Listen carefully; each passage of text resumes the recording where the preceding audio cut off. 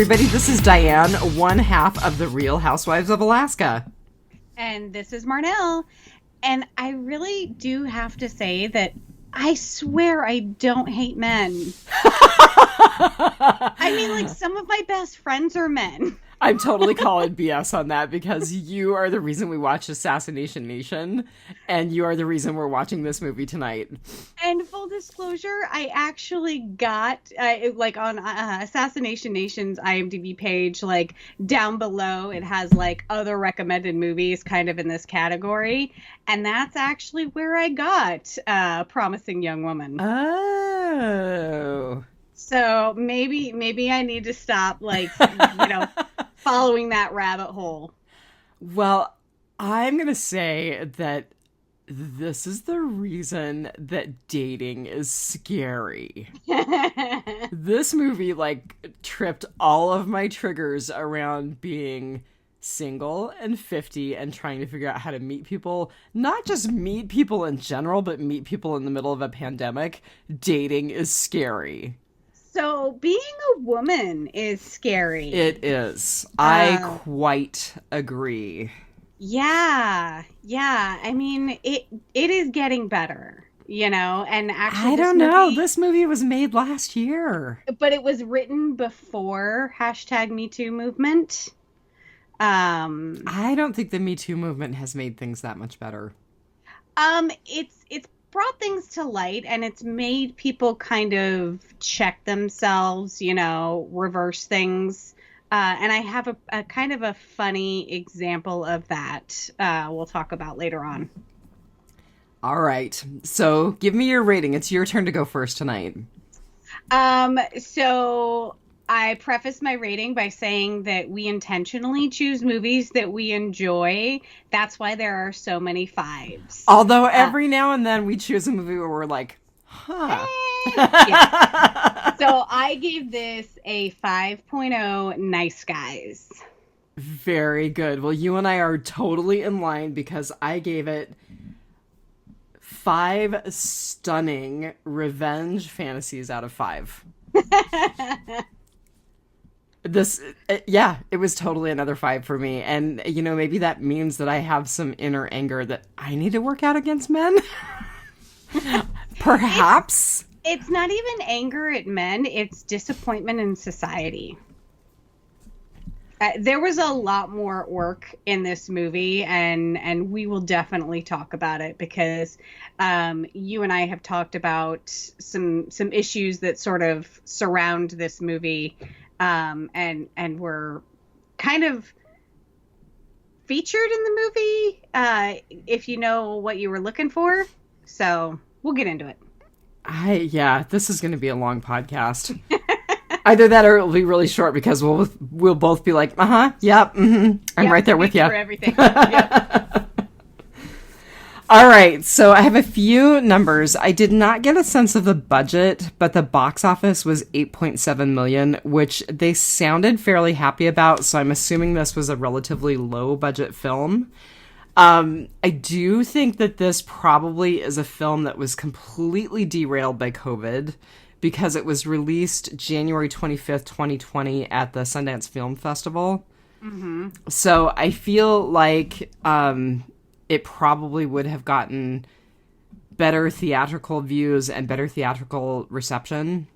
Which is probably why you still have to pay $20 to watch it, to rent it for 48 hours. So that's totally what I was thinking, but I also kind of feel like they are cutting their own throats by making the rental fee so high.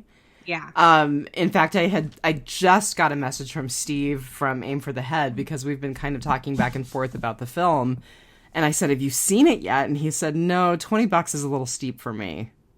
And I keep telling people, I'm like, it's totally worth the $20. It's worth the $20. And like you said last night when we were podcasting The Stand, it's what you would pay with a date to go see a movie in a theater, which we haven't been able to do. It's less than you would pay to go to the theater with a date. It is. I mean, especially if you dial in popcorn and drinks. Yeah, I was going to say, I think it's $11.25 or $11.75 here. I don't even think matinee prices are under $10. So Probably not. I mean, I don't know how they compare in other parts of the country. I know ours are pretty high, but yeah. So the two theaters that show major movie productions that we have in town, we do have one theater that shows kind of art house type movies that has since parlayed themselves into a drive-in. The two movie theaters that we have not been able to show movies since COVID started, but they have their concession open. But they sell gift cards at our local Costco. And it used to be that you could get a $25 gift card for $20. Those same $25 gift cards now are $10. Wow. I know. It is so tempting to just go plunk down $100 and get 250 in. Because, I mean, I hope someday we get to go back to movies. I don't know. We're going to talk a little bit about COVID too. So the theater here in the town, my significant other and I actually both used to work for. It was my very, very first job. And luckily the owners of the theater are diversified enough in their investments, and that they own their buildings and the property and everything, that I don't think they're going to go out of business. But the COVID's been hard on the industry. Oh, definitely. Yeah. Definitely. I have a little more in the way of numbers. So I'm not familiar with this group, but the National Board of Review listed this movie as one of their 10 best of 2020. It has a 91% on Rotten Tomato in the critics' reviews and an 8 out of 10 audience reviews. So it's very highly thought of. And I found reading reviews online that you either loved it or you hated it. And there were very few that hated it. And that's pretty consistent with the numbers on Rotten Tomatoes. Yeah.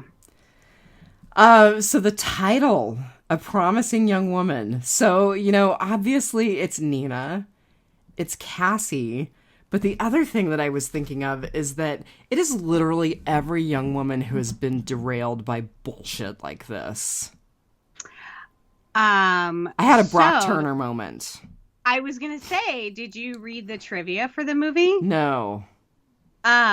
So the title actually comes from, it's a reference to Brock Turner. Because they're talking about a promising young man, right? Yes, the title is a reference to Brock Turner, a Stanford University student who was convicted of sexual assault in 2016.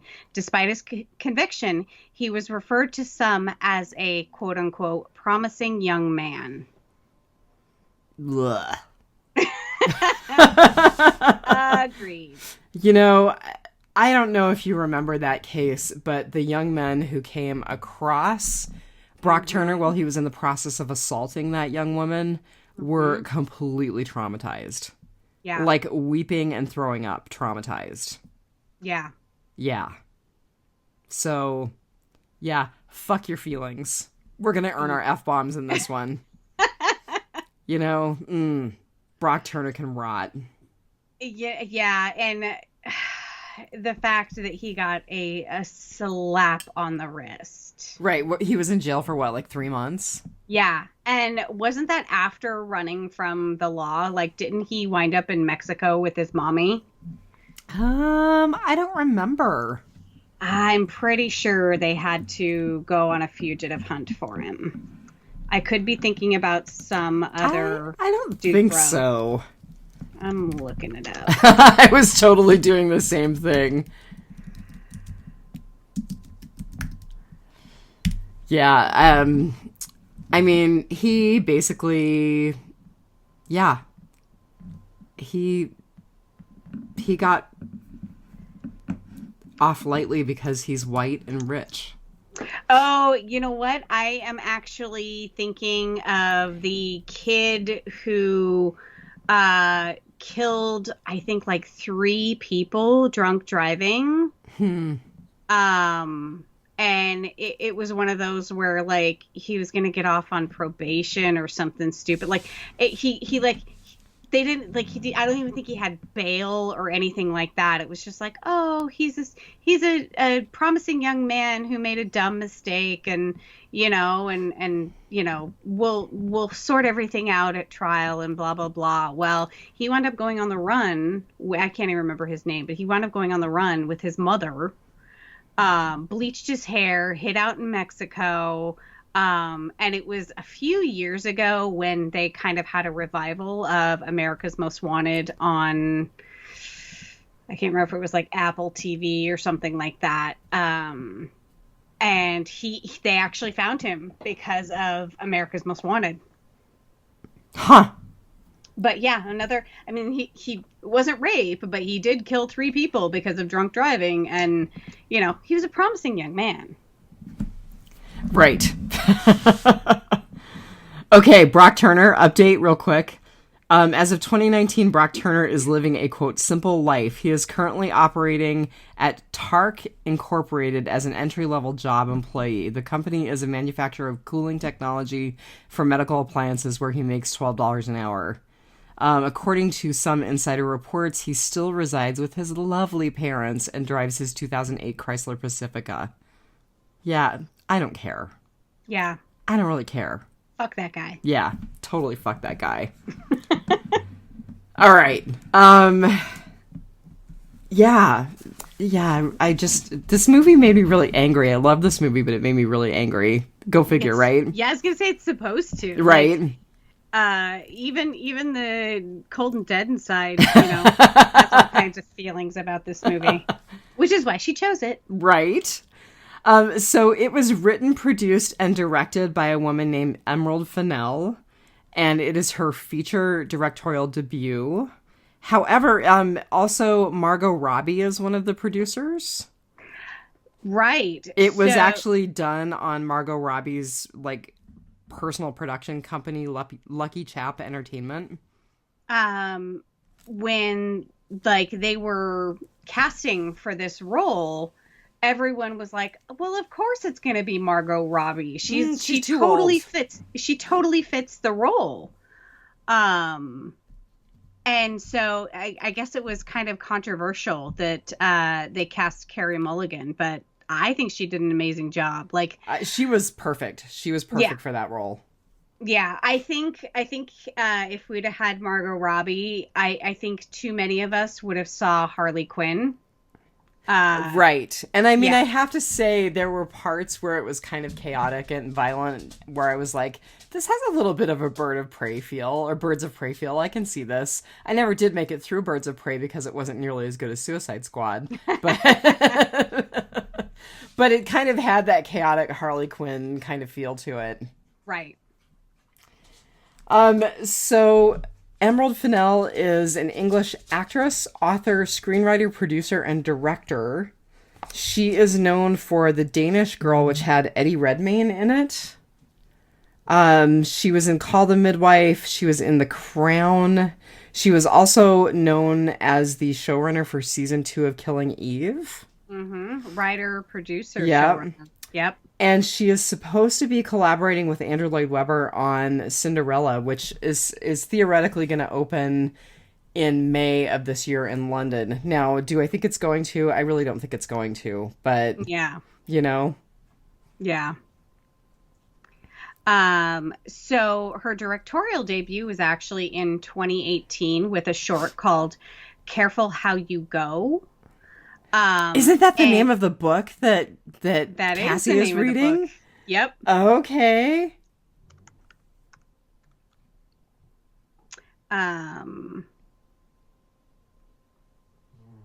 Yeah, there was another little tidbit about that, but my interwebs isn't going to find it tonight. It's okay. We'll cut you some slack. We have a lot to talk about. Yeah, they did it as a stage play, and there was a whole bunch of... They did this as a stage play? No. Oh, okay. Careful As You Go. Careful As You Go, or Careful How You Go. There was a whole bunch of really interesting actors in it, but I'm not seeing that piece of trivia that I found earlier. Maybe I listened to it in an interview. Well, one thing I want to say before we get on to our Housewives hero is that Carrie Mulligan is actually up for a Best Actress award at the Golden Globes. Mm-hmm. I'm not convinced that she'll get it because I think this movie is pretty controversial, but I am super excited for her that she's got the nomination because she was fantastic. She was. And, she is fantastic. I have liked just about everything that I've seen her in. So. Her face was really familiar to me, but I can't honestly say that I know other stuff that she's been in.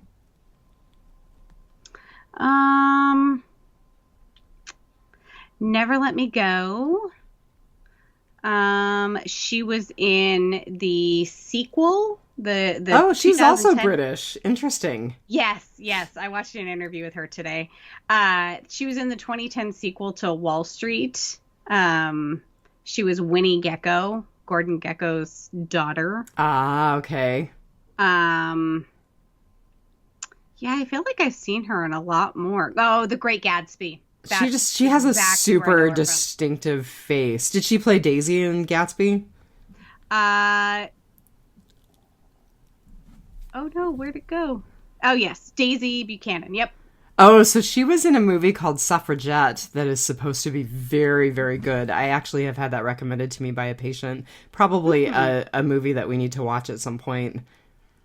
Probably. Yeah, it would be completely appropriate for this podcast. Huh.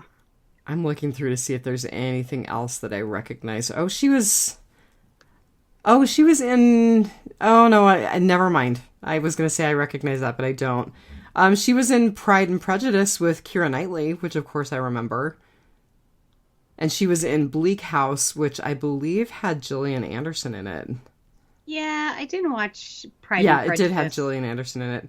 The Pride and Prejudice miniseries that has Colin Firth is definitely my favorite. I liked Pride, Prejudice, and Zombies. Of course you did. You and Bri. Bri was all about the heaving bosoms and the corsets.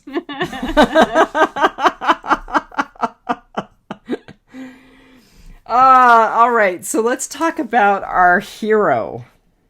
Yes, so this is kind of another one that was a little difficult to find a redeeming character because, I struggled with Cassie, although ultimately I felt like she was a redeeming character, but there were a couple of decisions that she made where I was like, I'm not comfortable with that. Yeah, she was a very damaged woman who made some pretty dicey choices. And even her parents, her mother was kind of insufferable. I get it. She was completely stupid. Your 30-year-old daughter is still living at home. She was supposed to have gone to med school. She doesn't have any friends or boyfriend. She doesn't date. I get it, but really, you're gonna berate her on her 30th birthday after you've bought her a suitcase? Hint. Which, by the way, that actress is the actress who played Stifler's mom in the American Pie movies, and she was also in Best in Legally Show, Blonde. which is and Legally Blonde. She's hilarious. I think her name is Jennifer Coolidge. Yes. Yeah, she's awesome. Yeah. The ultimate MILF. She's also in that Ariana Grande video that you like. Oh, you're right. You're totally right. She makes a little cameo redoing her appearance in Legally Blonde. That's so funny. I completely forgot about that. She's very distinctive. She is. She is very distinctive. So the person we actually chose as the hero is also very distinctive and really was the only redeeming character in the movie, Laverne Cox, who played Gail. And I kind of wish she'd had a bigger role, although I'm not quite sure how they would have changed her appearance. I just want to say she looks rockin' hot with a septum piercing. Holy cow. Laverne Cox could shave her head and wear a doily and she'd look amazing. Agreed. She's stunning. Yeah. So I think probably most people recognize her most from Orange is the New Black. Yes, I think you're right. It was Emmy nominated for the role, but she actually won an Emmy for documentary film production. Was that on the T Word? Yes. Okay. Yes. Which I kind of want to see now. Yeah, I was actually thinking that might be an appropriate thing for this podcast as well. And she also did a documentary. She executive produced a documentary called Disclosure: Trans Lives on Screen that's on Netflix. And I was thinking, that might be really cool to do too. So she took a groundbreaking look at the depiction of transgender characters throughout the history of film and TV. Free Cece, which tells the story of Cece Mcdonald, a transgender woman who was controversially sentenced to 41 months in a men's prison for second-degree manslaughter after defending herself against a racist transphobic attack. The documentary focuses on McDonald's case, her experiences while incarcerated, and the larger implications of her case for the transgender community and communities of color at large. So that just sounds amazing. We just got done talking about a promising young man who wiped out 3 people and, got a slap on the wrist. Right. Yeah. And here this woman is sentenced to a men's prison. What I will say is I have limited experience with transgender people in prison, but as we've talked about before, I did work in the prison system in Alaska for a little over a year, and we had a transgender inmate at the men's prison where I worked. And the patient was... The patient, I say patient because I worked in healthcare. The inmate was someone who had gone in as a man and was sentenced as a man and was doing the best she could to transition behind bars without hormones, without surgery. Yeah. So her role in Orange is the New Black was also the kind of a groundbreaking role of a trans woman in a women's prison. I would honestly say that was for me, and I mean, I'm not cool, so here we are. But for me, I would say that was probably the first time that I really remember seeing a trans person on screen. Yeah. She's actually been in quite a bit. Of course, she was in an episode of Law and Order Special Victims Unit and Law and Order. No, say it's not so. It's totally true. Too funny. She was also in the TV series Doubt. And I don't remember that. I remember there was a movie called Doubt. It's not sticking in my brain enough productively that I can really say. Successful defense lawyer at a boutique firm becomes romantically involved with a client who may or may not be guilty of a brutal crime.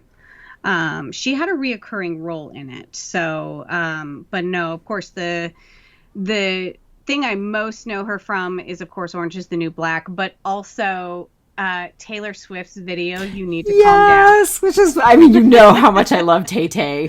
That's one of my favorite videos. Of course. Yes, although you have ruined me. You're definitely saying, I haven't watched the stuff you sent me from last night.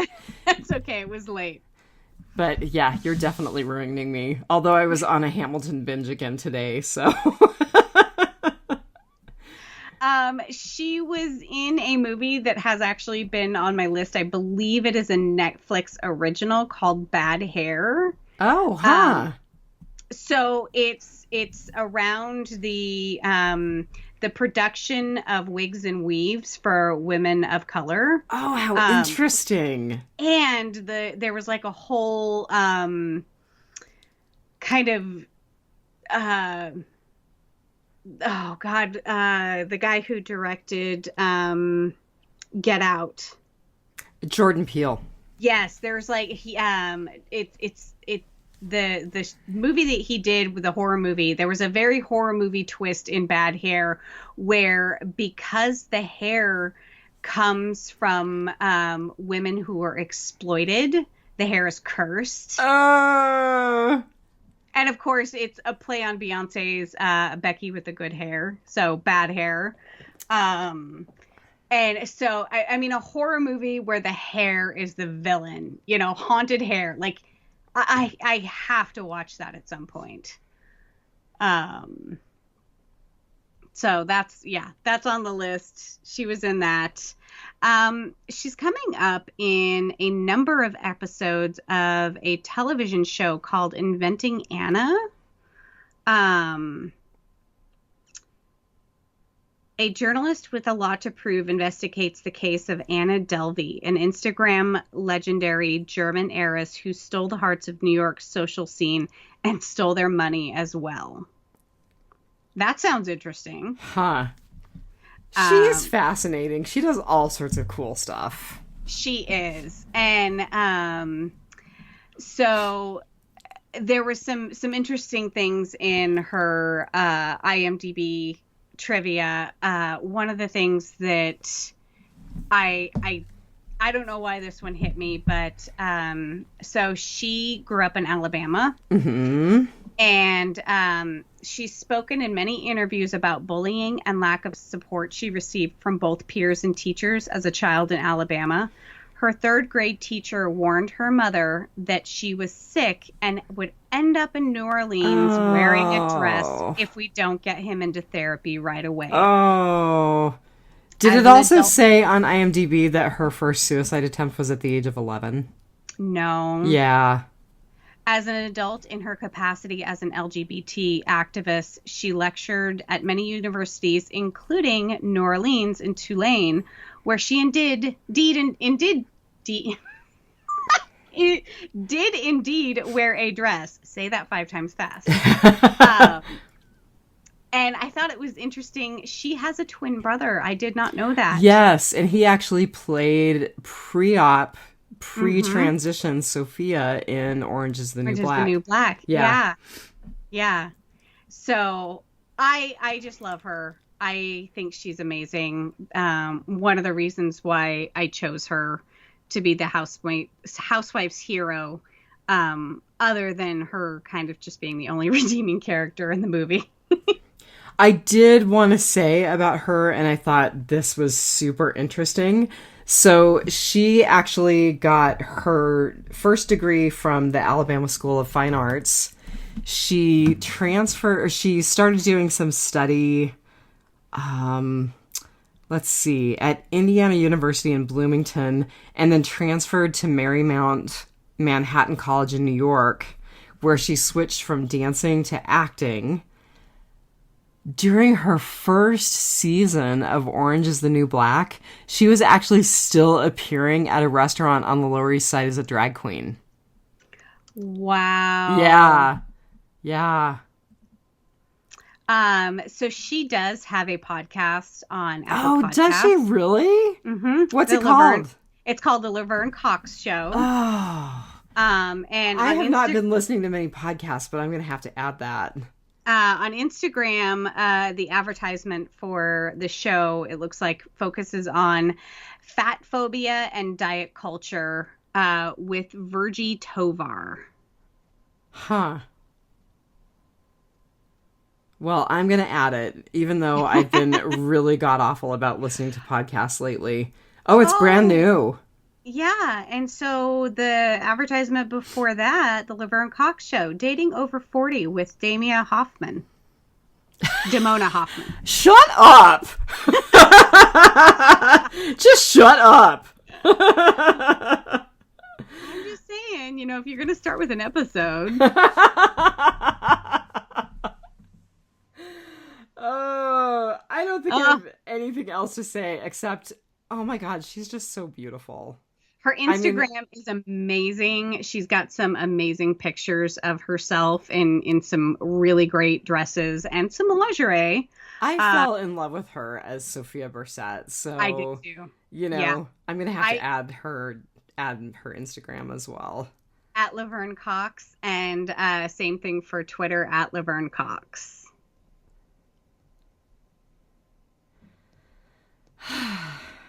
She's gorgeous. Yes, I love her. Yeah. I hope to see her in more. I hate her a little bit for looking better in lingerie than me, like I ever will, but she's gorgeous. I love her. I do have to say that M to F trans people work way harder at being women than we women do. I think there's probably some truth to that. Oh, there are some. In fact, I'm gonna have to find the TikTok and send it to you. There is one. She is stunning. I have to put in a plug for one of my favorite trans people, Buck Angel, who is a trans porn performer. And there's a phenomenal documentary about him called Mr. Angel. I do follow him on Twitter. It was available on Amazon at one point. I don't know if it still is, but he's amazing. I follow him. I don't know that I follow him on Twitter. I definitely follow him on Facebook. He is not posting as much on Facebook as he used to, but I always like to make a point of commenting or liking when he says something. Yeah. So, because I think he's really inspirational, and he's actually a very hot man. He definitely is. He is. Yeah. Yeah. All right. Well, I don't have tons in the Housewives Weekly. I have a little bit about the Satanic Temple. So they are suing Texas over their abortion restrictions. So Texas has a mandatory sonogram prior to abortion and 24-hour waiting periods. And the thing that the Satanic Temple says is that it disrupts the ritualized counseling that they offer for their members. And it also is in violation of two of their tenets. So the tenet where it says the body is inviolable and only under the control of the person who is in the body. And then also the tenet that says our beliefs conform to the best of science.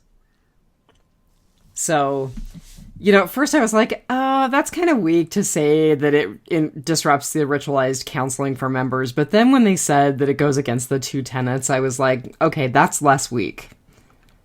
Yeah. That's legit.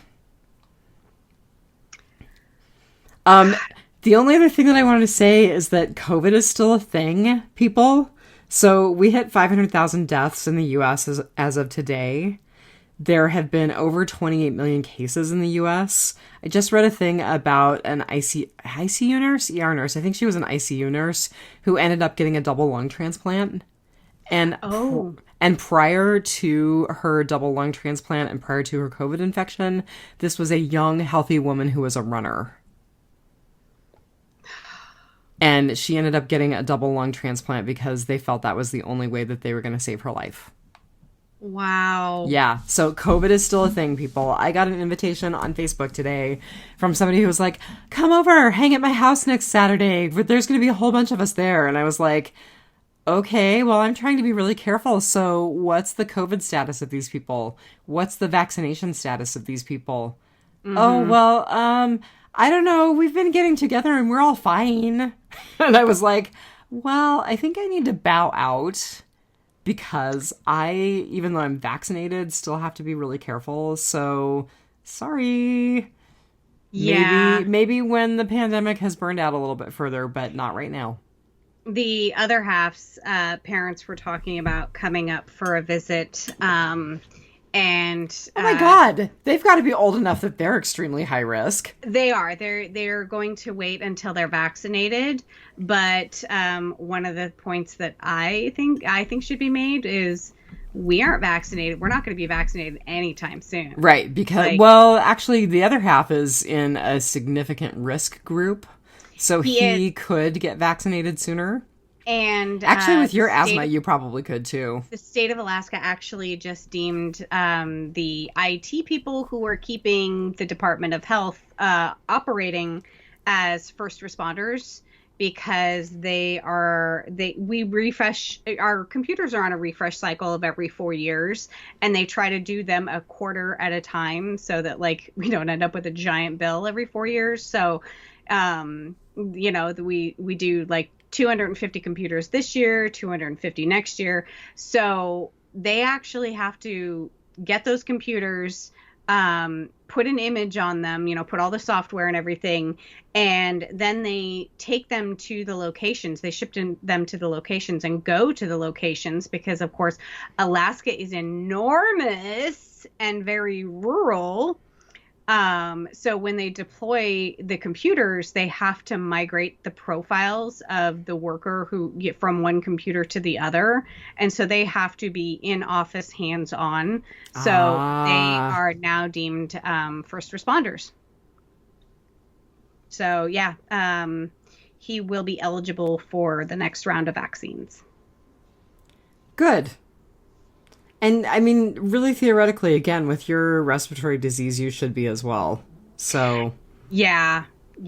I'm definitely going to get it. I'm going to try and see if my doctor will have it because of some of my severe allergy history.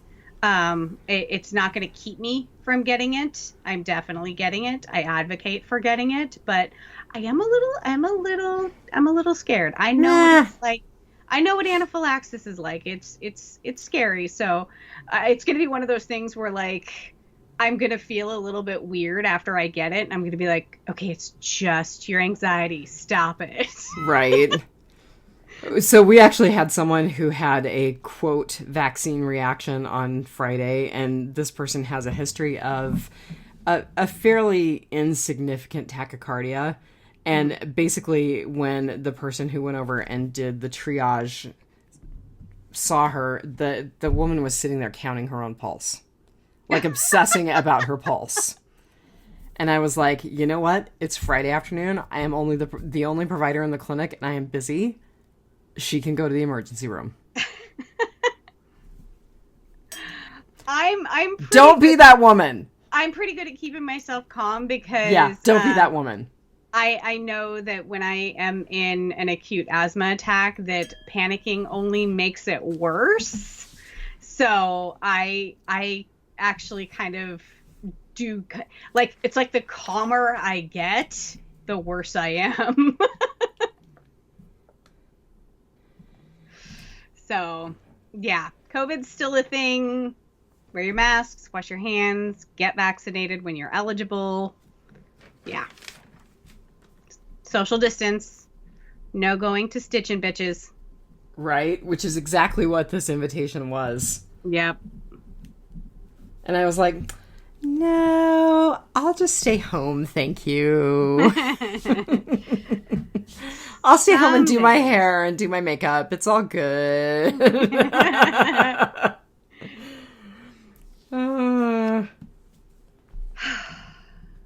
Someday we'll be paying $20 to see movies at movie theaters and not at home. Right? But I can drink at home. So, like, maybe I won't go to see a movie in the theater. I had so much to drink yesterday before and during our Biters podcast. I was a hot mess. Should go listen to Oh, shut up! Us podcasting The Stand. I think Diane doesn't have asthma, but I think I nearly put her into an asthma attack, making her laugh. So you've about made me spew wine through my nose again.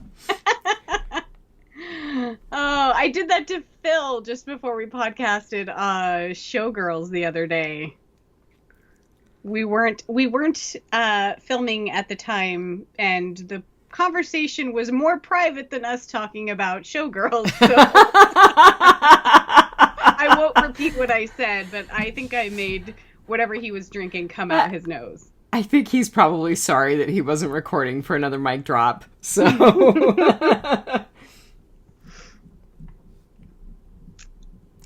all right. Well, so summer, winter, and road construction, you get to go first. Alrighty. So my summer is going to sound a little weird, but bear with me. No, it's all good. I mean, this movie is difficult. This movie is, yeah. My summer was all of the misogyny in this movie. I am so triggered by misogyny that, like, like we start off with guys talking about their female coworker and how women in the workplace have ruined everything for them because they can't take their clients to strip clubs anymore. Right. And she's whining about not being able to take the client golfing with them because the country club doesn't allow women. Like, and women just ruin everything. We do. But there was a ton of internalized female misogyny in this movie. Did you catch any of it?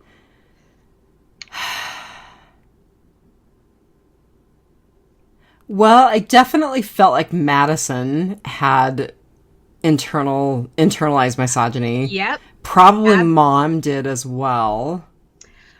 Not as obvious, but she certainly was not very bright and just kind of seemed like an afterthought in her home. And the way that she talked to her daughter. Yes. So one of the first times we see it in the movie is actually by the writer-director herself, Emerald Fennel. She made a cameo in this film. She is the beauty vlogger who is doing the lipstick tutorial. Is she really? She is. Oh my god, that's amazing! Yes. And it was totally the blowjob lipstick tutorial. Yep. And perfect blowjob lips. And I was just like, ugh. Makes me want to never wear lipstick again. That's not going to happen. I was going to say it's not going to put me off lipstick. No. I found the perfect red Rihanna's Fenty lip stunner. Okay, you're going to have to send that to me. And then, yes, absolutely, Madison and her internalized misogyny, talking about, like, the wife that all the men want. Right. And then also later talking about the attack and how they thought that Nina was just crying wolf and you just shouldn't get blackout drunk and all this kind of stuff. And But then she said later in the show that it was just one blackout after another for all of them. Right. So it's always when it happens to the other person that you can judge. It never happened to Madison until she thought it did.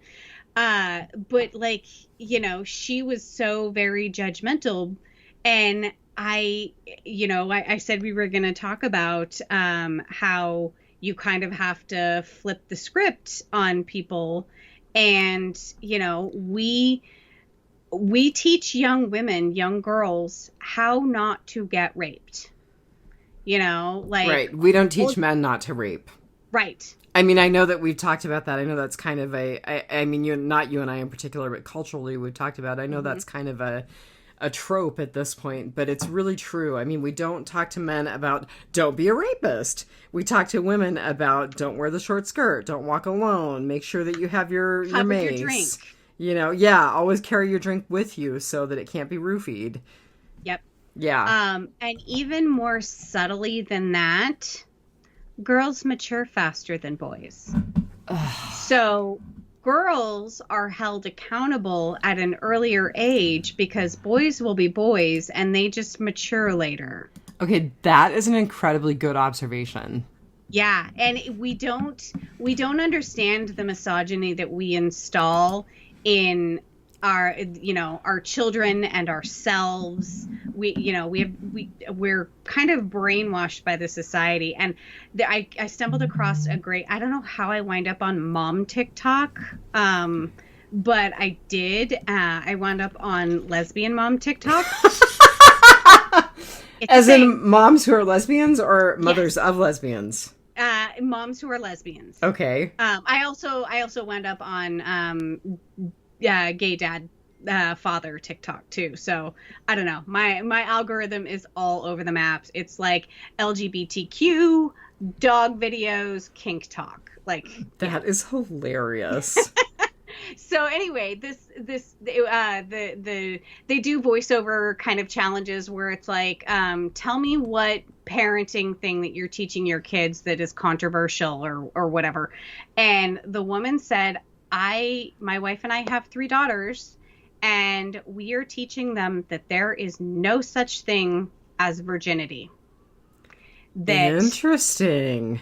A man penetrating you does not change you in your value in the slightest. Now, Wow. they're teaching that sex should always be special, and that you should, it should always be consensual, and you should value the person, and the person should value. All right, I'm going to push back a tiny bit. It doesn't always have to be special, but you should always value the person. They should always value you. Yes. It doesn't necessarily have to always be special.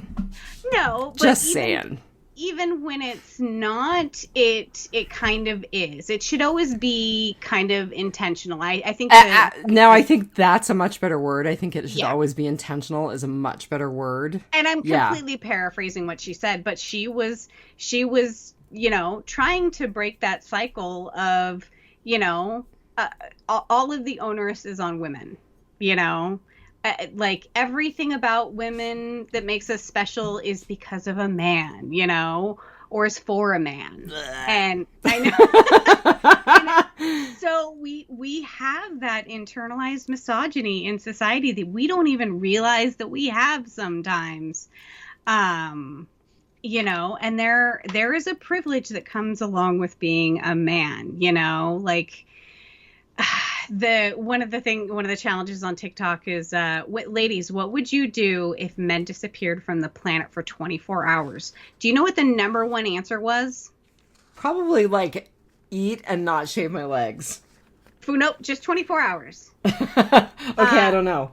They said jog with both earphones in. Jog with headphones. God, that is really sad. And I totally get it, because... No, I do too, but that is so sad. When I walk my dogs alone, even in little old Juno, I have been creeper stalked. And I usually wear one headphone in. And one day, just because I was like, I'm going to see if I can wear two and how that goes. And I always try to be aware of my surroundings, because I don't want somebody on a bike to come up behind me and like one of the dogs to just jump out at the wrong moment and like, there to be an accident or something. I'm always aware of my surroundings for reasons other than men. I mean, we do have bears here. And so I tried to put the other earphone in, and it was the most terrifying 15 seconds of any walk that I've ever had. Like, I was just like, nope, not having it. So, there's just all of these things that we don't realize that we have inside of us, all this misogyny and all of this fear and anxiety and everything. And so I was kind of being snarky when we opened up, but I wasn't really. I mean, this really is legit one of the terrifying things about dating, because all of these guys think they're, quote, the nice guy.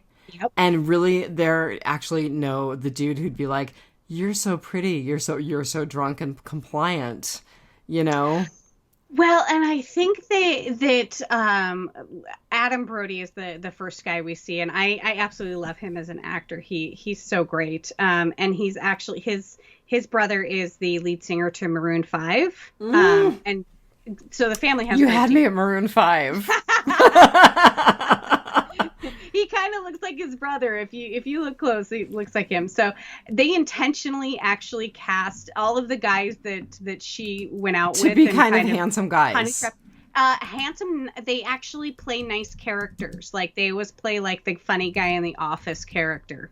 And so they intentionally cast these men that way. And I kind of want to think that a lot of these guys think, well, I'm drunk too. Yes, but you are not passed out drunk. Right, you are not non-responsive drunk. Yes. Which most of these women are non-responsive. I mean, and she fakes non-responsive drunk. And she's, in that first one, when he's like, why do we, do you want to just go back to my place? She never said yes. She did not say yes to going back to his place. That was completely his decision. Then when he kissed her, she was not kissing him back. Yes. And that, I think, is key. And she's mumbling, what are you doing? That is key. She was not kissing him back. Yeah. And so, I kind of think all of these nice guys are like, well, I was drunk too. Like, you regret, it's a morning regret, no. Yeah, no. Mm-mm. So that was, I mean, it's a really terrible good, but I just love the way that they touched on not only the overt misogyny that, is still alive and well in this day, but all of the internal misogyny that women just have to get over. Yeah, no, this movie was incredibly powerful. Yeah. So what was your summer? So my summer was actually the soundtrack. I'm a big soundtrack junkie, and I've really been getting more and more and more into music again. It's something that has been really significant in my life for most of my life that I kind of let slide over the past few years. And I mean, now I'm just rocking it out every day. So, and one of the things that I love about The Walking Dead, which we talk about on the Biters podcast, is that, like, especially in season 3 and season 4, they really paid attention to the soundtrack. It was really important. Mm-hmm. So I really dug the soundtrack for this. And I actually put it on my phone today. So the first thing was the song It's Raining Men. So the remake was so grim and so dark, and it was great because the original is actually really light and kind of funny and tee-hee-hee, and the remake was completely dark, and it was totally apropos for this film. So there's a great meme I'll have to send you. It's what if It's Raining Men and Let the Bodies Hit the Floor are in the same universe, just different perspectives. Oh, that is awesome. And then I loved that they just about ended with Angel of the Morning, because I thought that was a really funny juxtaposition to, like, them getting to her being dead and them people getting all of these scheduled messages from her after her death. I loved that they used an instrumental version of Britney Spears' Toxic. And it was like haunting. Yes, as she's like walking up into that lodge. Yeah. Lodge, cabin, whatever it was. And then the very last song was a song by a performer named Fletcher, and it was called Last Laugh. And it was so good because, I mean, she really did get the last laugh.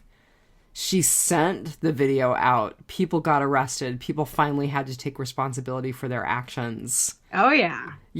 So I thought this was a phenomenal soundtrack. And I usually don't like instrumental stuff on soundtracks. It has to be something really striking.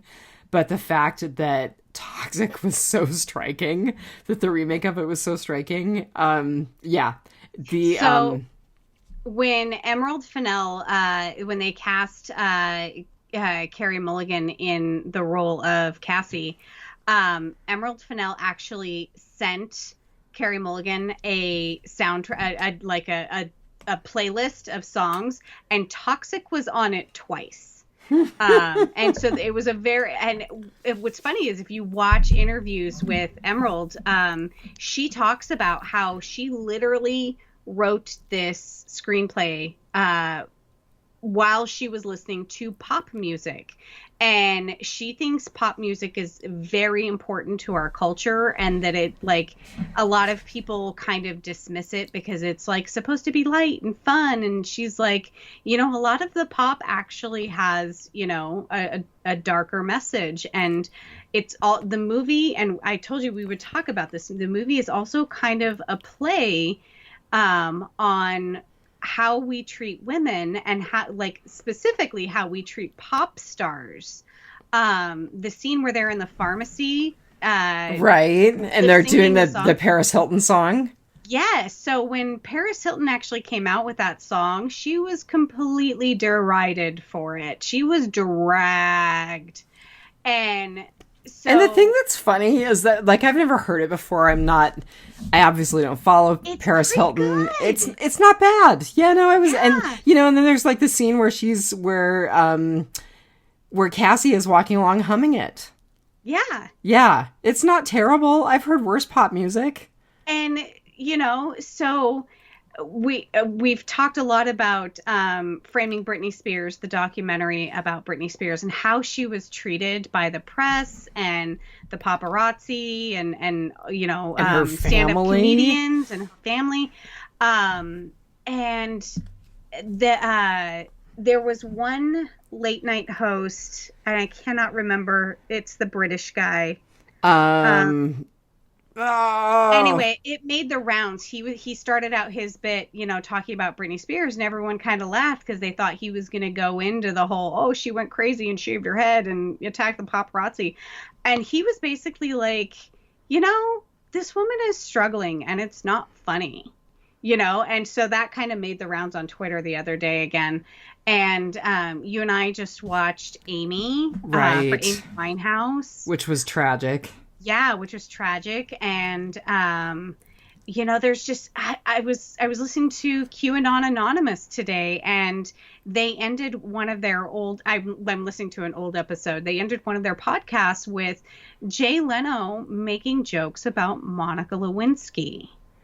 And it's just all of that internalized misogyny comes back around, you know, like, we made fun of these women, and I fully admit that I read the tabloids that talked about, you know, Britney Spears being crazy and, you know, who Christina Aguilera was sleeping with and, you know, what stupid thing Paris Hilton did that week or whatever. And yeah, I don't like it anymore. Like, you know, I don't know if you follow Monica Lewinsky on Twitter. I do, because I do, she's amazeballs. She is. Yeah. She's had some pretty snappy comebacks on a couple of tweets. Yeah. All right, what was your winter? So my winter was Ryan. I absolutely loved their love story. And it's funny, they said that they were going to make 3 different trailers for the movie. There was going to be one that was a thriller, one that was a romantic comedy, and then one that was like a horror movie. And so which one won, or did they make all 3? I didn't think watch they just any of did them. Kind of a mix of all 3. But it's funny when the guy who plays Ryan, Bo Burnham. I watched an interview with him, and he said that, like, all of his shooting days, you know, they shot in 23 days, and, you know, he'd come in and he'd, like, shoot his scenes and everything, and then he'd go home and, you know, come back 2 days later, and everyone would be completely shell-shocked at, like, the scenes that they had filmed the day before. And he's like, you know, for me, I was filming a romantic comedy. Like, Oh my you know, God, that is so funny. I was going out on a date with this beautiful woman, and we were having a great time, and we were laughing, and, you know, all this other thing. The whole spitting in the coffee was just hilarious. Yes, that was hilarious. I loved that whole scene. And then when the next day when she goes in and she's like, I'm here to pick up my herpes medication, and he's like, oh, that saves us from an awkward conversation. Right. And she's like, yeah, dating is hard. I went on a date with a woman who wanted to euthanize the homeless, and she's like, you went on a date with my mom? I can totally hook you up. I loved their relationship. And then, you know, we were all rooting for it. Right. Although I have to say, like, partway through the whole montage of them, like, you know, having this great time together, I was like, this feels like this is going to end badly. Yeah. Yeah. And, I mean, you kind of knew that it was. I mean, she tried to pick her life back up again. And, you know, it was funny. She was the driver in her own demise, because had she never done what she had done to Madison would have never showed up at her house with that phone. Okay, but it's totally one of those things where I'm okay. I had a horrible time with some of the decisions that she made. The Madison decision was one, and we'll talk about that more, I'm sure. But I'm totally okay with the fact that everything rolled out the way that it did. Yeah. Well, so maybe not totally okay, but my actual winter is when she is breaking up with him and he literally goes from I love you, I love you, I love you to are you going to mess me up? You're a fucking failure. Yeah. Like, and are you going to send this out because I can't have my life destroyed? Yeah. In 10 seconds. I love you, I love you, I love you. You're a fucking failure. Yeah. I was just like, wow. And he was such a nice guy. Quote, nice guy, end quote. Exactly. Right? Exactly. Yeah. So that was my winter is, I mean, and I say that like it's a bad thing, but it was cinematically, it was great. And it was true to life. Like, I feel like that's a legit thing that would happen. Like, because he was terrified, and as well he should be. But, you know, yeah. So I have to laugh because our winters were the same thing. And it was totally the same thing. It was, you know, it was so beautiful and I was so happy because she was coming out of her shell and it was gorgeous and blah, blah, blah. And then you knew it was going to be bad. And sure enough, it was not just bad. It was horrible. Yeah, a train wreck. Ugh. Yeah. And, you know, one of the other things he wasn't the only one that did it, but when she confronted him with the video and he's like, I don't remember, I wasn't there, you know, and she's like, didn't make an impression, huh? You know? Well, and then when he said, I didn't do anything, I wrote down, yep, and that's exactly the point. You didn't do anything. Yep. You laughed and you watched and you let it happen. And you were also like, Joe, don't film me. Put the camera away. Mm-hmm. Complicit. Mm-hmm. Yeah. Yeah.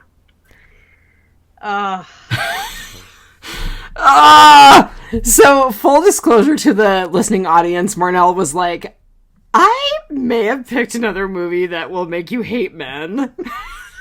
And I was like, well, yeah. It doesn't make me hate men. It made me very angry. And as I've said a couple of times tonight, it makes me very worried as a middle-aged woman who is now single. It makes me very worried about looking for any kind of relationship ranging from hookup to long-term. Yeah. Because it makes me feel like men are very untrustworthy. Yeah. And I am not mad at men. I am disappointed in society. That's probably a legit way to put that. Yeah. Yeah. So my road construction, I don't know if it was good or bad, but all I kept thinking the next day when Joe was like, no, we're going to fix this. Did Al really think he was going to get away with it? Like, okay, had it been some random stripper, sure. Like, you got 10 other guys who are like, no, she stripped and left. Like, I don't know what happened to her, you know? But because they are specifically looking for Cassie, you know, and Ryan, I think Ryan may have come clean, at least if for nothing else but to save his own skin at some point. Like, dude, you were not gonna get away with the best friend of the woman who accused you of rape and then committed suicide. You're not gonna get away with her disappearance. I'm sorry. That's just like, yeah, no. You're not getting away with it. Ugh. All right, so talk to me about your road construction. That was my road construction. That was your road construction. Yeah, okay, sorry. I wasn't entirely following because I'm about a glass and a half of wine in. Because I am taking up the Marnell Steiner School of Drinking. And again, I am not drinking tonight. That's so funny. Well, you can drink for the both of us. I am these days because I just have a lot going on in my life. And I'm sublimating with alcohol. So, what was your road construction? So my road construction, and I'm actually going to give credit to my friend Jennifer, who messaged me tonight and said, oh my God, I watched a vlog about this movie, and if it's anything even remotely as intense as the vlog, it looks amazing. Her comment was, it did not take the traditional fix everything route. And it kind of did, in that, you know, everybody ended up getting arrested in the end, but it totally did not in that Cassie died. Mm-hmm. And that was shocking. A terrible death. Yeah. Suffocation. It was horribly shocking. I mean, I don't know about you, but that was the first time you watched it, I don't know if that was a big twist for you or not, but it was a big twist for me. So I don't know what I was expecting, but I was not expecting that. So, you know, I kind of, when she was going to carve Nina's name into Al, I was having flashbacks of the girl with the dragon tattoo. Oh, that was such a good movie. Such a good book, too. Yeah. And so I'm like, okay, she got away with it. Like, of course, this guy is not going to report her, but, you know, blah, blah, blah. Like, I don't know what I was thinking.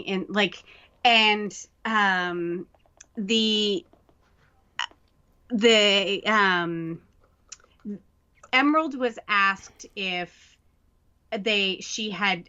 people had heard that she had changed the ending. And she's like, well, yes and no.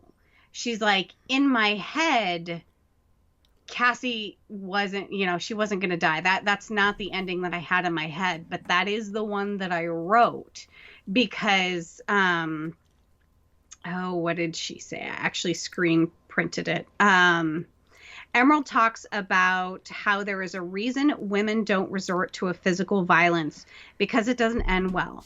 It's like an uncomfortable thing that she's saying. As much as we wished that she could sharpen her stilettos and get back at the boys in a very cinematic way, it's a disturbing moment in the cinematic tropes. It's a disturbing moment that in the cinematic tropes falls away, and the fact that it's a movie isn't there to protect her. This is real life, and this guy weighs 100 pounds more than her and is going to physically overpower you. I found that very disturbing in the script. It's true. Like, if you look back at it, like, she had that little book of hers full of little tick marks of the possibly hundreds of men she had done this to in nearly a decade. You know, the honey trap thing. Mm-hmm. And, like, her number was up. Like, whether she carved Nina's name on his chest or not, like, what are the odds that you do this to guys every weekend? You know, pretend to be drunk, they take you home, and then you turn on them. One of them is going to have the wrong instinct and is going to lash out, and she's lucky she was never a victim of violence before this. Right. No, that's totally legit. I mean, and I actually, I should have thought of it before as she was in all of those different situations in bars, but I definitely thought as she was walking into that stag house for the frat part or for the bachelorette party, I was like, this is incredibly dangerous. Yep. You know, a single woman, a young woman, an attractive woman who knows what at least a fair portion of these men are about, this is not good. You know, and I have to think of every stripper ever who has done a bachelor party like that. Like, yeah, that's got to be scary. Like, because inhibitions are way lower, and sometimes people think when they, you know, pay for a certain thing, they get other liberties. And you're alone. And you're in the woods. and you're in heels.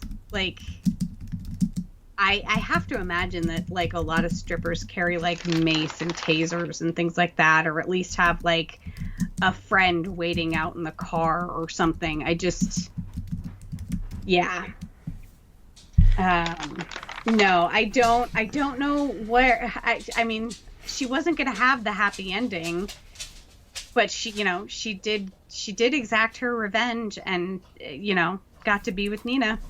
Yeah, I mean, she ultimately got the last laugh. Yeah. And, of course, the terrible person in me is, like, one of the last things we see are her texts to Ryan, and I have to wonder, that video's coming out. Oh, yeah, right? Absolutely. Yeah, like, that lawyer took that to the cops, and that's going to be part of the murder trial. So that kind of leads into the rotting potpourri. Okay. I totally love that lawyer and the fact that he is experiencing so much grief around his role in in the various trials that he's been involved in, and that he is totally like ready to move forward with this. I loved that character. He's probably our other hero. Yeah, I kind of liked how he was like, it's time to pay the piper, and he's like, "Are you gonna hurt me?" And she's like, "Do you want me to hurt you?" Right, and he was like, "I kind of do." Yeah, I kind of do. Yeah, and I actually kind of wondered, because what she did to Madison was she set Madison up for a psychological beating. And, ultimately, like, Madison was fine, other than being a little traumatized by having to relive something in her past that, she should have. So let's talk a little bit about that, and a little bit about the kid, the child of Dean Walker. I was gonna say, what do you think her plan was for the lawyer? Was that guy supposed to go in there and kill him, or just beat him up, or what? I think the guy was gonna mess him up in some way or another. He might have killed him. I think he probably was. I think that it would have been much more satisfying for her to have him tortured in some way. Yeah. I think it would have extended his pain in the long run to have him tortured versus having him killed. Yeah. And that seemed to be the way that she worked. Yeah.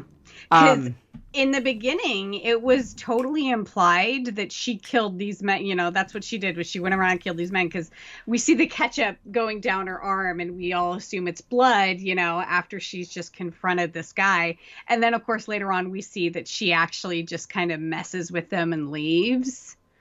So I don't know if at that point she was in her end game and was ready for violence. So he's like, am I going in? And she's like, no. And he's like, I'm still getting paid, right? Right. Which, I mean, that was kind of a commentary on men, and I don't know, just kind of a commentary on men as well. Well, I'm still getting paid, right? Yeah. And, she actually really did take a risk with Madison, in that she did pay a guy to take Madison up to a hotel room, and she relied on him to be a good guy and not take advantage of the situation. So that and the scenario with the kid were really the two things that kind of soured me on Cassie a little bit. I was like, oh, so I'm really, because, of course, we didn't get the reveal for a long time that nothing happened with Madison. I mean, right. we got the reveal fairly quickly that nothing happened with the kid. That basically the kid was dumped off at a diner and was expecting the boy band that she loved to show up. Right. But we did not get the reveal for a long time that nothing happened with Madison. We thought that she was taken up to a hotel room, drunk, raped, and basically experienced the same thing that Nina experienced. Maybe not quite so violently and publicly, but, Yeah. And that really soured me on Cassie. I was like, how could you do that to another woman? And then I was like, Okay, but I'm totally okay with her exacting revenge on men. So what does that say about me? Yeah, You know? yeah. Again, you have to turn the tables, and what's good for the goose is good for the gander, Hmm. But she involved somebody's child, you know. Although, in some ways, and again, maybe it was because we got a relatively quick reveal on nothing happened to the kid. Although it was kind of squicky at first. Um, it was actually harder for me to deal with what I thought she had done to Madison. Because I thought, here you are avenging what happened to Nina, and you just made the same thing happen to another woman. Yeah, yeah. And I should have known there that nothing really happened. Um, but yeah. And I don't, Madison's only quote unquote crime in this was that she turned her back on her friends. She wasn't there when Nina was assaulted, and she did have the video, it got passed around. So really her only crime is being a terrible friend. So she, she got more than her just desserts for her crime. I don't know the time frame of the lunch to the reveal. But it was several days anyway. Yeah, I mean, she had several days of stew. agony. Yeah. Yeah. Yeah. So.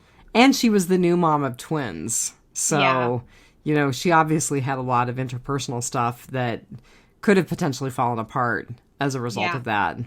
Yeah. And, I mean,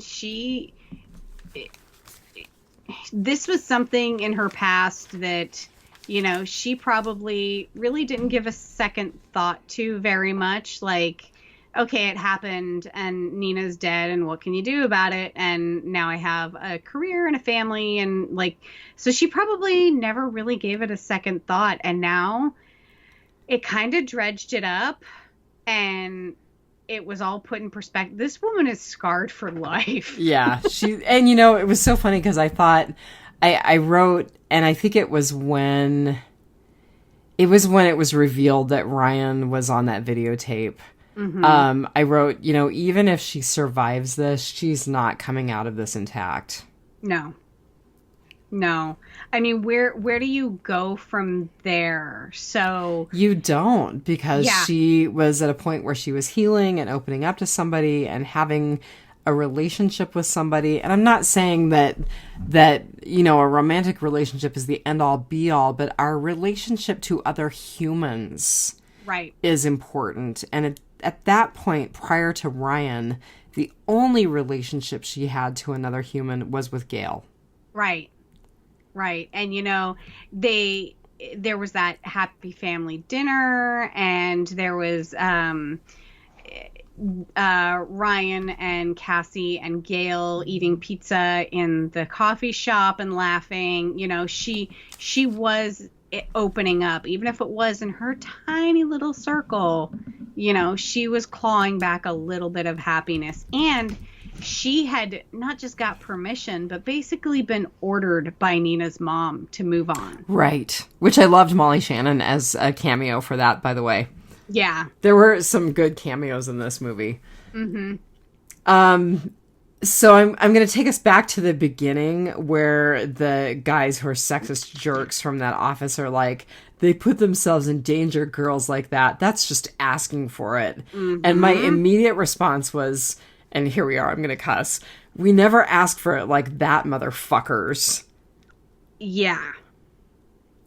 So, I said earlier that there is something that I'm going to share that you always have to turn the tables. And I saw a tweet the other day. It was shared on the Facebook page Bitch Code. And for some reason it's not coming up on my phone, but the gist of it was this guy kept bugging this girl for her number And finally, she's like, fine, give me your phone. I will program it into your phone. And he, of course, hands over his phone. And so she goes straight to his Venmo app and Venmos herself $2,000. That is hilarious. It's terrible, but it's hilarious. So while no one advocates for stealing people's money, people in the comments section had very little sympathy for the man. So the comments were, how do we even know she did it? Maybe it's just another jealous man who's out to get her. We have to be careful accusing women because allegations like this could ruin their career and their future. This could follow her around for life. She has a family to take care of. Another commenter said, well, if he opened up his wallets once to spend money in the past, why is he upset that he spent money here too? It's not like his bank account is pristine. Oh my God, that is so hilarious. She wasn't a virgin. Right. No, that is awesome. Check his previous reports. Maybe he's cried robbery before. He was probably wearing a suit. That screams, I want you to take my money. Totally turn the tables, hilarious. Rape is the only crime, that we really, really blame the victim. For the most part. I think if you're a person of color in this country, you also do not get the benefit of the doubt when you are the victim of the crime. Any crime. And, and there's some minor other examples. The local crime Facebook page, anytime says something was stolen from their unlocked vehicle, people always victim blame. And I'm like, but the person stole. Like, right. Yes, you probably should lock your doors, and you probably shouldn't leave your gun, your wallet, whatever, in your car. But that does not excuse somebody going into your private conveyance and taking something of yours. And so same thing with rape, it doesn't matter what she was wearing. It doesn't matter how drunk she was. It doesn't matter, if you had sex with her before. Yeah. And the lawyer even saying that we used to comb their social media profile. There's a guy who's full job. And now all you need is a picture. Yep. And it's yeah. Okay, I'm going to talk about one of our victims. So Neil, the guy who is snorting coke off the pizza box and who forces cocaine into her mouth. And he's like, oh, I want to see the real you. And I'm like, the real you? Dude, you're all coked up. Seriously? And then when she's like, all right, a second ago you were determined for me to stay. So, how old am I?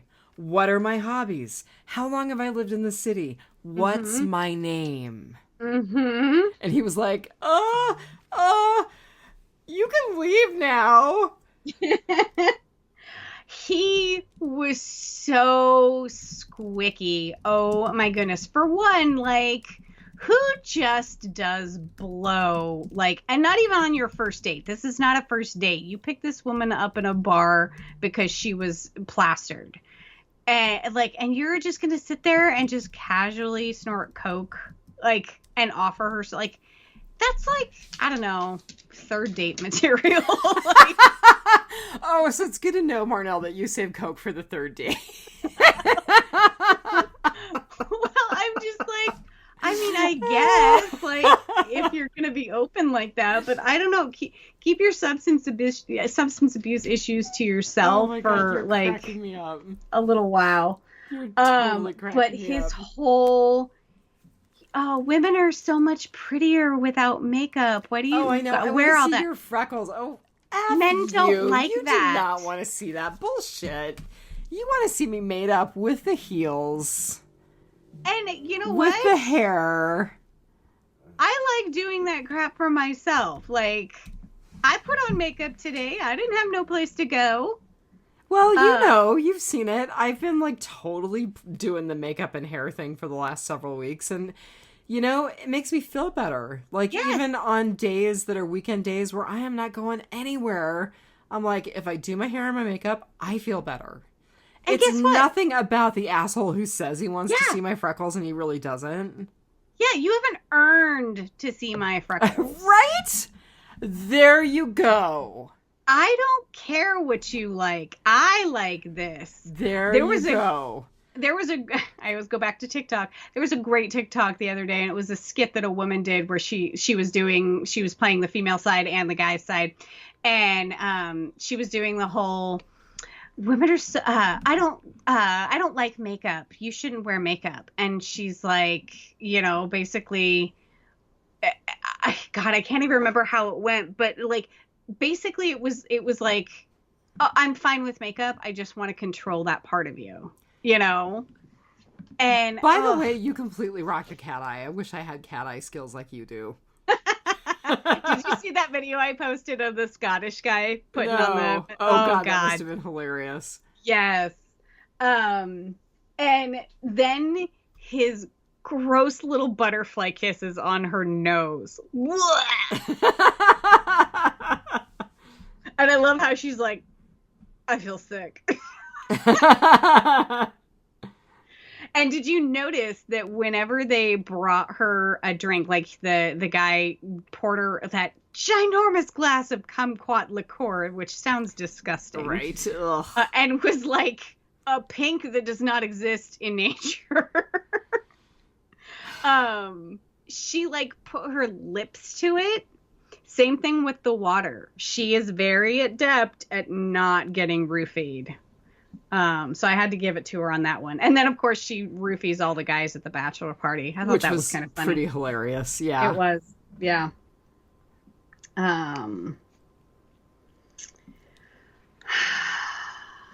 The construction workers. Oh, I loved it when she stared them down and they were like, They what got are you staring at? uncomfortable. Fuck off. Yeah, they totally freaked out. Right? I'm like, oh. Yeah. Like, whoever thinks of that, there's some great video that's been done.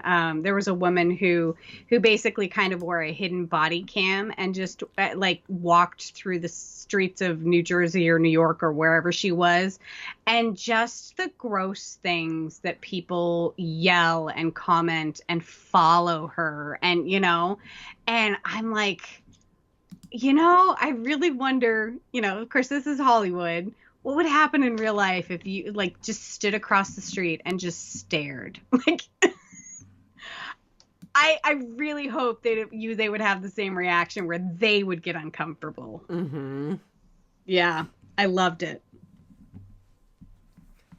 The guy in the truck, when she was slumped over the wheel. Like, so was she faking being slumped over the wheel, or was she legit slumped over the wheel? She was legit, but I think it was just because she had done the whole I kidnapped the dean's daughter thing. Okay. I think she was just like gathering herself and was completely unbothered by this guy yelling that behind her, that honking and calling her a cunt and stuff. And I'm like, you can obviously see there is a woman slumped over the wheel in the middle of the road. Right. And so maybe you might want to check and see how she's doing. Yeah. Like, your first instinct is to call her a cunt and not to go be like, oh my God, are you okay? Are you having a seizure? Are you having a diabetic episode? Like, yeah, no, you're just going to pull around her and scream at her. And then he was an idiot that like stayed there. Like, the minute she climbed out of her vehicle and with the tire iron and like took out one of my rear lights, put the pedal down, dude. Get out of there. And again, this goes to my frickin' double standard, because I was like, I'm really good with that. I'm really good with her smashing out his lights, and yeah, take out the front windshield while you're at it, please. Well, he could have gotten out of there. I think he was asking for it. Men like that, they just ask for it. Yep. Again, oh my God, we're the tables. Terrible. Yes. I love how the lawyer was like, I had an epiphany. The doctors called it a psychotic break. I'm like, oh man, if I ever have a psychotic break, I'm gonna call it an epiphany. All right, I'm going to take us back to a couple of moments that I just really liked. So when she's telling Gail about getting the luggage, she describes getting the luggage as a real kick in the cunt. And I was like, yes! And then when Ryan comes back to get her phone number, because he's like, I'm pretty sure you gave me the wrong phone number. The whole thing about Red, the oil rig worker, was hilarious. That was hilarious. He was totally into it, inappropriately so, inappropriately quickly. But it would have never worked out because, you know, the oil rig thing. Right. Oh.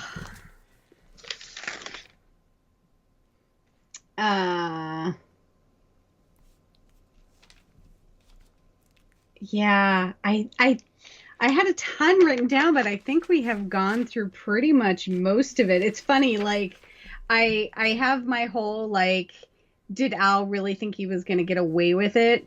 And then like the next line I wrote is just the end. Like, because like the ending was just so, it was satisfying and shocking and yeah. I do want to say about the scene where Al and the guy who filmed, Joe, are disposing of her body. They like flash on her hand in the crick. And I was like, oh, that's why we saw her hand with the fingernail polish so many times. Oh, yeah. Yeah. Carrie Mulligan said she absolutely loved her nails being done for the movie. Well, I kept wondering why they made it such a thing to focus on her hands, and then it was like, oh, okay, that makes complete sense. And so the significant other and I were a little incredulous at their funeral pyre, because I mean it takes like 3,000 degrees to burn a body to ash. And I kind of got the feeling that they didn't actually successfully burn the body, that it was more like burning her wig and the nurse's outfit. And because, I mean, it looked to me more like the body was buried. Yeah. I mean, there was a big pile of ash, but I was like... Was it a pile of ash or was it sand? Because I couldn't really tell. I think it was a pile of ash, and on top of the pile of ash, perfectly placed, was the Nina necklace. Half of the heart. And I'm like, okay, if that fire was not hot enough to burn that little necklace. five and dime piece of tin, like her skull is sitting there somewhere. Which, by the way, I loved, and I'm sure you did too, that Gail pulled the Cassie half of the necklace out of that envelope. Yes.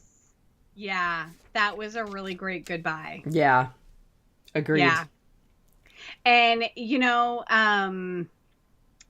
watching an interview with the cast, Emerald and Carrie Mulligan said that she didn't expect to get killed going in, but she was realistic about it and made that contingency plan just in case. So she knew there was the chance that she was not coming out of there. And Carrie Mulligan actually said that her dad was actually, I think it was her dad or her uncle, was actually an inspector, a detective. And she asked him how long it would take to suffocate someone. And he said about 2.5 minutes. So that scene is one shot. The camera doesn't leave, of him smothering her for 2.5 minutes. It was horrifying. She did her own stunt. And so she said that was a really hard day to shoot. Yeah, I bet.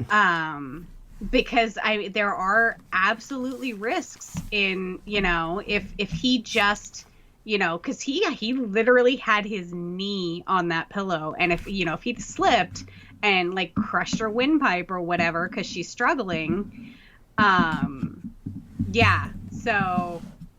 2.5 minutes. And of course she even mentions that there is no violence in this movie until Cassie picks up a weapon.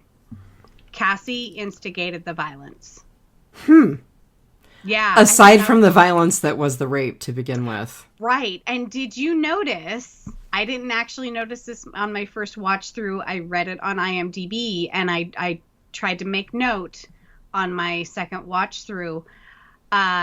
Sexual assault and rape are never said in the entire movie. No, they're never said. You're right. I didn't notice, but you're right.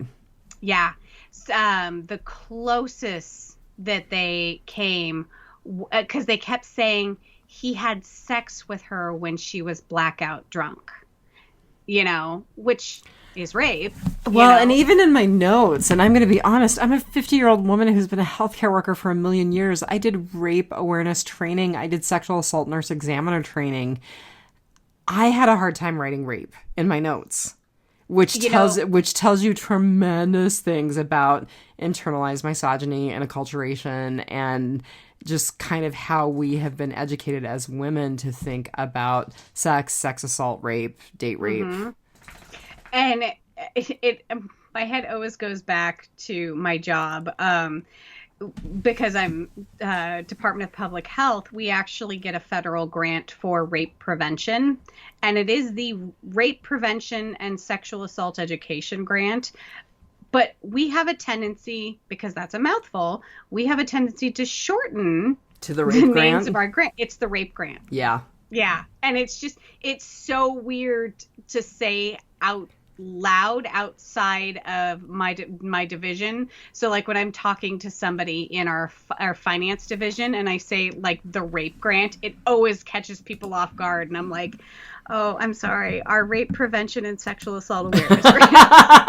You're like, the rape grant. Because I mean, our Ryan White HIV education grant is the AIDS grant, like it's the tuberculosis testing grant is the TB grant, like we have a tendency to shorten, and it just so happens that the rape prevention and sexual assault awareness grant is the rape grant.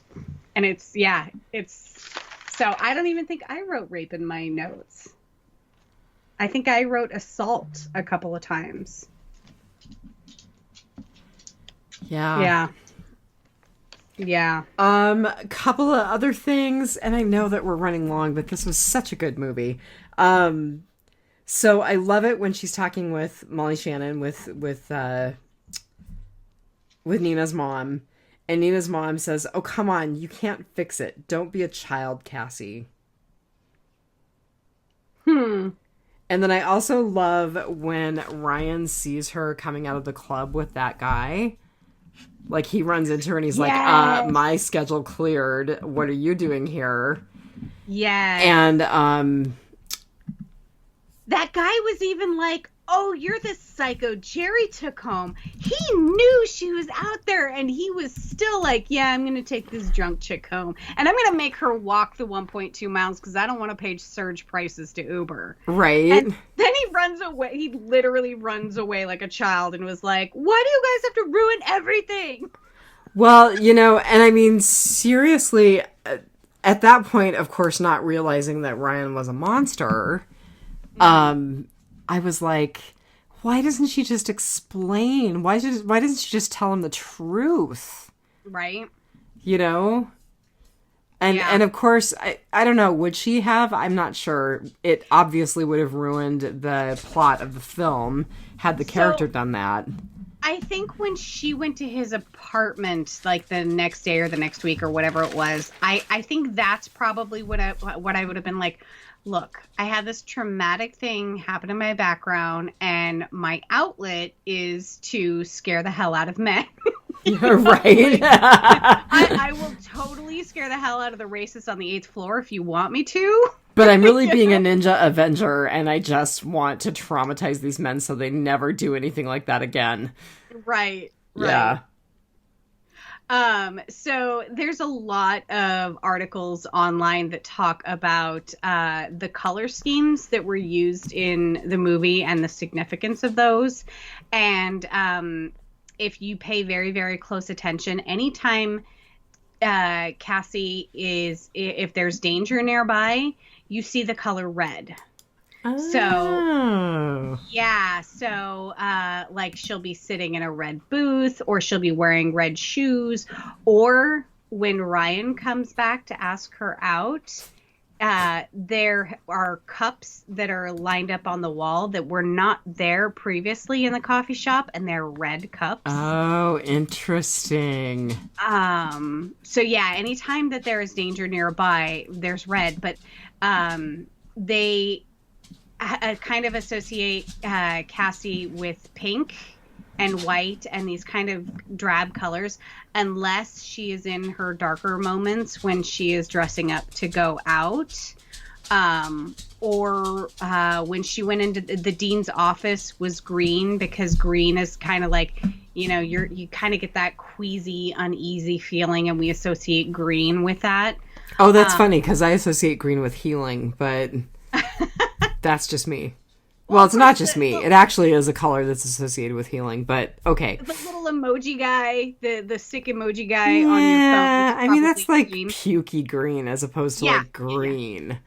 Yeah, they used a whole color scheme, and there's some really interesting articles online about it. And there was huge significance around the wig that was used at the end. Oh, really? Because I loved it. And that was actually going to be my rating system. But so they said that Cassie had to wear the wig, of course, so she wouldn't be recognized. And of course, it had to be like, kind of an attention-grabbing wig, because you're going to look at the color instead of looking at her face. And they went through a number of different wigs to finally get it right. And this was actually 3 wigs sewn into one, so that's what all the colors are. And Cassie wanted a shortcut, and so they kept sending it back over and over again to try and get this cut just right. And so finally they actually took a pair of like basically child scissors to get this kind of a little bit of a scraggledy cut to it, to kind of make it. She said it was kind of her homage to the Joker. Oh. She was supposed to look a little bit crazy, Okay. And she did. And I thought it was very interesting because the makeup that she was wearing was very similar to the makeup that she had on when she was doing the perfect blowjob lip tutorial. Well, and the makeup significance when she was wearing the nurse's outfit was she was sort of meant to look like a blow-up doll with the exaggerated I can see eyes, that. the exaggerated red lip. And there was even a moment that they flashed on a blow-up doll in the scene where she's pouring the vodka down the guys' throats. So yeah, there's a whole bunch of different significance. And there was an article about the pharmacy sign when they're in the pharmacy and they're singing. Apparently that pharmacy sign is actually a really iconic sign that was used in, I'm going to say Breakfast at Tiffany's, but I like, it was something super iconic like that. I cannot remember. But like apparently this pharmacy sign has been sitting in some Hollywood storage studio for decades, and they brought it out just for this scene. So yeah, there was all kinds of different symbology. They constantly had Cassie framed with either what looked like wings in the background, so like her headboard, when she was kind of curled up against her headboard, if you noticed, it was white and they kind of looked like wings. And then when Ryan comes in to after she goes to his apartment and he's like, I don't know, and then he comes in to basically like say, okay, I'm okay to try this again. She's framed in such a way that the whatever's behind her looks like a halo. And then, of course, what brought all of this to mind was when she was talking to Nina's mom, and Nina's mom's like, quit being a child. They said that they intentionally infantilized Cassie by giving her a juice box. She was sitting there taking yeah. And so there was all sorts of intent in the staging and the makeup and the costume and things like that. So, yeah. This was such a good film. It was. I do. So one last thing I do want to say, when she was like this scene where she's like staring at the phone after Madison leaves and leaves the phone with her. Mm-hmm. And I mean, she's just kind of facing off with this phone like, you know, it's going to be fucking life changing. It was so good. And then when she watches it and we realize that it's Ryan, I literally wrote on the page, "Oh, my heart." Yeah. Yeah, I was just like, oh, like there is literally no coming back for her. The only way this could have ended was with her death, because where do you go from there? Right. Like, you've opened yourself up, and like it went, you took you so long, and you opened yourself up, and it went so horribly wrong. Like, well, and I also wrote, I mean, it was like, Cassie dies? And then I said, Al destroys 2 women. And then I wrote, I hope that he destroys himself in the process, which he did. Yeah. So did you think that she was actually dead? I had this feeling that she was like faking, because she's very good at like acting passed out. No, honestly, like, I wasn't entirely sure she was going to die, but as it went on, I was like, this is real. Yeah. Yeah. I can't believe he stayed there the entire night next to her body. Like, I would have found a way out of those cuffs. Like, and you know, they were pink, fluffy cuffs, so they're not like high quality corrections cuffs. Right. They're like pink, fluffy kink cuffs that you could probably bust out of if you really needed to. And he did. He got one hand out, and that was actually the one that she snapped it down, and he's like, "Oh, could you loosen that a little bit?" And she's like, "You'll get used to it." And that was the hand that he got free. So, yeah. I don't know if he was just so traumatized after killing her, but I think I could have probably taken the bed frame off having a free hand. And that was complete self-defense. Like, he could have gone into the police the next day and been like, "Look, I was cuffed to a bed. My friends were all passed out because she drugged them. She came here to assault me. It was self-defense." If he would have just done that, he'd have gotten away with it, because he's a promising young man. Right. Yep. It was complete self-defense until they covered up the crime. Crazy. Such a good movie. So glad that you recommended it. So okay, completely damaged. I will try not to do a male-hating centric movie next time. Well, it's my turn to pick next time. It is your turn. It is your turn. And I'm not sure what we're going to do. I'm tempted to pick one of the Laverne Cox movies, so we'll talk about it. Ooh, yeah. Yeah. Yeah. So, yeah, I have 2 weeks to think about my next movie. I will try to make it a less triggering, traumatized, male-hating centric movie. Although, damn, this was a good one. I got the good music hookup. I got the good movie hookup. You the got TikTok the hookup. Yeah, I'm like the book. I'm the book geek. You know, we're a package deal. We are. I mean, if we could be one person, we would be one hot chick. Oh, yeah. Yep. But I don't think either of us are very good at sharing, so. Probably not. No. Yeah, I don't know. I do want to say, so this is like really squicky on the tail end of a movie about a rape, but I'm reading a book called Diary of a Submissive that is really messed up, if anybody's interested. So messed up in a good way, though. Messed up in a good way. Yeah. Yeah. Yeah. Yeah, it's no 50 Shades. It's no, way better. It's way better. And I'm totally still obsessing about Hamilton. All right. Well, we have a packed schedule next week. Oh my God, right? Because we have 2 shows that we're reviewing for Biters. Mm-hmm. And we'll figure out what we're doing for this show. Yep. Yeah. Although I'm thinking probably one of the Laverne Cox shows. That would be cool. Yeah. That would be cool. So I guess until next week, you girls just watch out for those weirdos. We are the weirdos, mister. Have a good week, everybody. Have a good week.